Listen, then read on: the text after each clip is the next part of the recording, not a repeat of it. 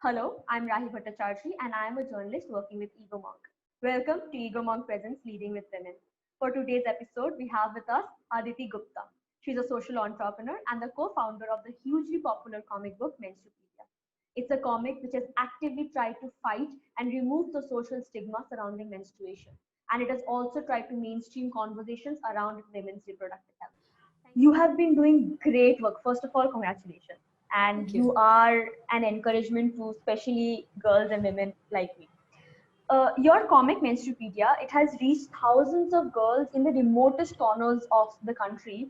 It has been picked up by so many schools, by NGOs.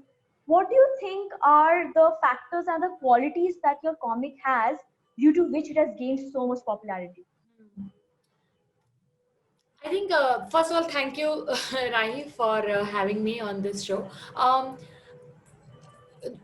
The one thing that has helped Menstrupedia gain the kind of acceptance, I would not say popularity, but I would rather say acceptance, because when you're making a comic book on a taboo topic and it is being used by, actually right now it is being used by over 10,000 schools as a part of their curriculum. Uh, so uh, so Tuhin and I made this book for a 9-year-old me. So this comic is made because of our own experience of going through the taboo. So we knew that uh, unless and until it is not working at our homes, unless and until it is not working with our families, our neighborhood kids, and if it is going to work with them, it is definitely going to work with at a large, in India. But right now the books are even uh, locally being printed in 6 different countries. So that is very surprising. But the content that you see in the comic is really like the probably the eighth, ninth, or 10th version of our content, because we have constantly refined the content, we have constantly made improvement. But one of the things that we were very specific about, that while designing the comic book, my mother was one of the editors, so it was a design project at NID. There was a prototype, and then it evolved into a full-blown business. So the process of creating itself was so, what can I say? It was very grueling, but it was also, I think, that because of the process that we went through, the acceptance of this comic has increased a lot. And it really is the first comic book, Indian comic book, which deals with menstruation and is being used at such large scale. But we were very specific about the cultural sensitivity of the product. What we have done here is that when we drew this, we drew with a lot of detail, color of the skin. It was looking horrendous, like the thin line between, like how you said that there is a very fine line between being sensitive and being a little bit, objectionable. Explicit and yeah. Yeah, explicit. And it was horrendous. It was very, it was looking very pornographic. So what we did is that, if you see here, what we did is that the girl is drawing her own anatomy. I really believe that this image is very powerful. We as girls do not accept our own body, and it takes years and years for girls to accept our own body. How nice it would be that we draw you draw your own anatomy of those things. And now you see that on Instagram, if you go, you see that there is a art activism has taken place, where women Yeah. are becoming very expressive about their, about those body parts which make them feminine, which actually serves the purpose of humanity in terms of breastfeeding, in terms of bearing a child, but have always been tabooed, have always been held a weapon for their operation, and their expression becomes, and that becomes very empowering. We drew 100 strong images and Yeah. discarded all of them and made sure that we do this. So yeah, so that So was a this process. process which you say where you had so many options and you had to very particularly find the balance. So this has been a long journey. So when you and Tuhin initially started it, what was the kind of social and as well as economic? What was the kind of obstacles which you had to overcome to find the perfect market product type? there was a lot of financial pressure on us. I think the only challenge that we faced in the very beginning was financial pressure. Nobody wanted to give us money to even make this book. So we quit our jobs, we shifted into a very one room apartment, and our expenses were really less. We were also very buddhu in finances and all of that. uh, we learned all of these through our journey, but when we would pitch this idea to investors in 2012, it was it was, the subject itself was a lot of taboo. Yeah. I would really like to shamelessly take the credit that Menstrupedia just put that spark, and then a lot of a lot of powerful people and powerful brand came in and they chipped in. But we are just pitching this idea in front of four investors, all in their 40s, having no clue who taught their daughters about periods. They they didn't even felt like that, and even we did not know how to pitch. I would not say that it was just the problem of the market. Like, I am in a very better position right now to pitch for my kind of business, but that time I was not. And but on the contrary, what was happening is that people were loving Menstopedia. People wanted to see this kind of comic book come to life, because we would the only the website was launched. So we did crowdfunding, and through crowdfunding, we wanted to raise 4 lakhs, and we ended up raising 5 lakhs. So that is something that has really, and then Sartaj invited us for TEDx Bangalore. So tell me something. If you have an example of Sartaj as somebody who supported you, but you must have faced social resistance, right? You must have faced like this kind of, after it is a very strong taboo, and you were one of the first in the field, as you yourself said. What is the kind of social resistance that you faced? Actually, you know what? So people keep asking me these. I think social resistance of some interesting masala story only came later. It didn't come in the beginning. Actually, in the Okay. beginning, it was only love. Like, people would share, like, people would say that you have enabled me to talk about menstruation, and it has to do a lot with our communication design. Why we did not face any backlash is a testimony of how comfortable we were making people to talk about menstruation.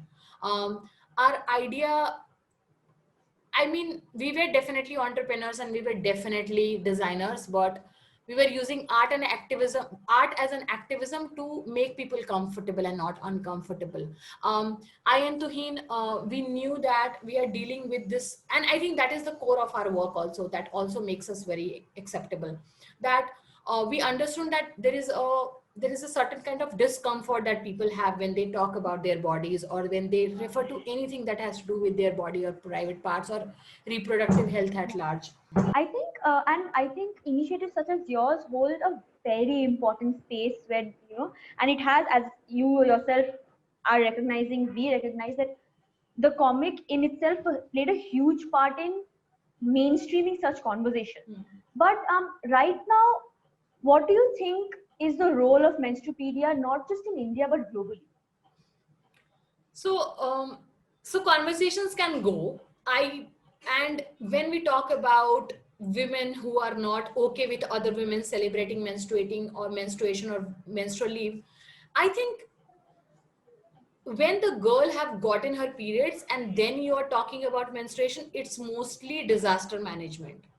You have to you have to take care of the girl or prepare girl when she has come into puberty. It's very difficult to change the mindset of people who are grown up. It's a lost battle already. I don't consider that as my battleground. The real battle is, how do you prepare girl and empower her about her body when she is reaching puberty.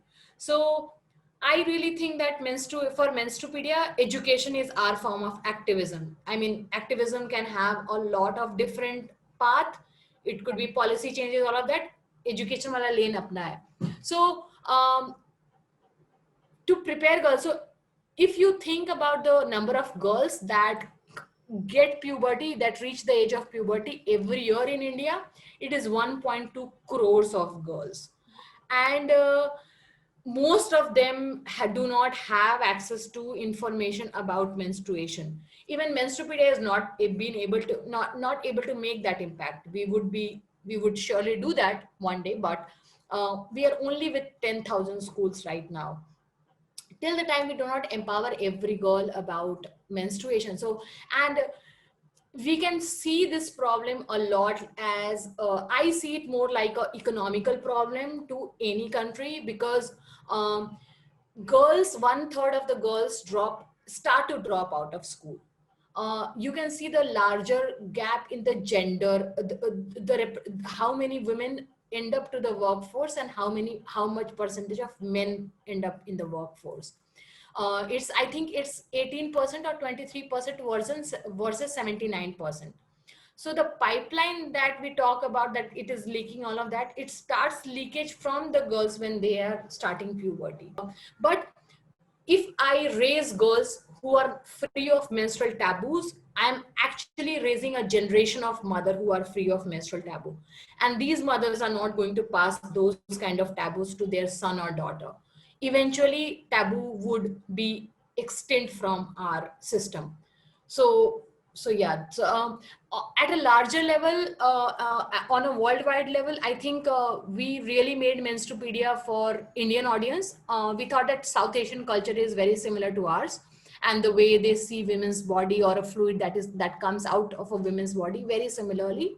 But we just realized that the need of, you know, good sex education material is, like, the need is everywhere. So we are in, the Menstrupedia comic books are in Hungary. It is locally printed there and sold. It is in Chinese. Just recently we signed a deal with in Zimbabwe, so it will be locally printed in their language and, you know, distributed there also. First of all, congratulations on crossing international borders. That's huge. And that just shows you how we think that it's an Indian problem, the stigma and the lack of conversations around it, but it's actually global, and especially in the developing countries, women's reproductive health is just not given enough importance. But if we expand the scale a bit and we also talk about how important is it to include men in this, how does Menstrupedia take on toxic masculinity, and what do you think is next in the course for Menstrupedia? Right. Um, so when it comes to men in menstruation, so this comic book is designed by Tuhin. It is not, Yeah. it is not designed by me. I am the assistant when it comes to designing of it. I only do coloring and all of that. And because I have a uterus, it puts me in a better position to talk about it. But when it comes to, so that is what was happening. We were talking a lot about women puberty, and Menstrupedia comic book has actually been used by several schools to teach boys about menstruation. But we knew that the next logical step is to raise our men right. We started looking at what are the things that we use to talk to our boys about puberty, or how do we raise them.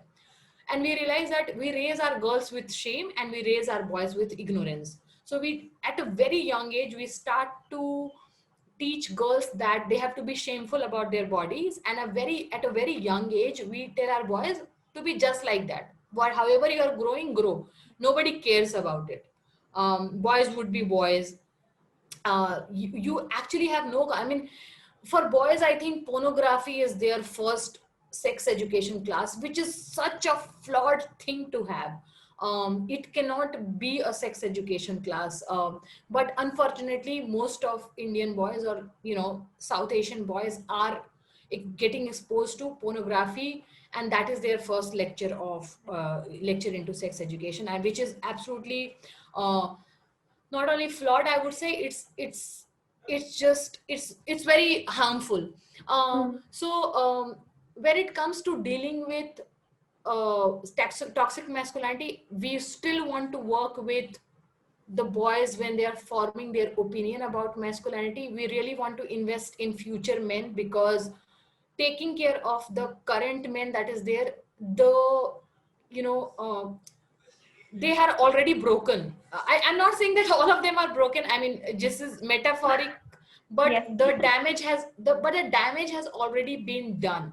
The best return of investment would be to raise the boys right, and that is Start why at a young age. yeah, and that is why we are making this book called Gulu. In this book, there is this character called Gulu. I would be able to show this. So I mean, we keep posting about it a lot, but right now we are in the user testing phase. So I think it is when it comes to the Indian parents. I think 5 years. I mean, it's our endeavor to raise more empathetic men, but to do that, we are investing in boys.